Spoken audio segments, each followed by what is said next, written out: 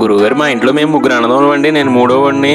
అయితే మా ఇంట్లో ఎప్పుడు కూడా పెద్దగా పెళ్లి రోజులు, పుట్టినరోజులు ఇలాంటి మాటలు అస్సలు వినపడి కాదు. అయితే మా ముగ్గురికి పెళ్లి అయిన తర్వాత, మా ఇంట్లో కోడలు వచ్చిన తర్వాత మా పుట్టినరోజులు, మా అమ్మ నాన్నల పెళ్లి రోజులు అన్ని సెలబ్రేషన్లో చేస్తున్నారు. ఇప్పుడు ప్రస్తుతం జరిగే కేక్ కటింగ్ మా అమ్మ నాన్నల పెళ్లి రోజు అనమాట.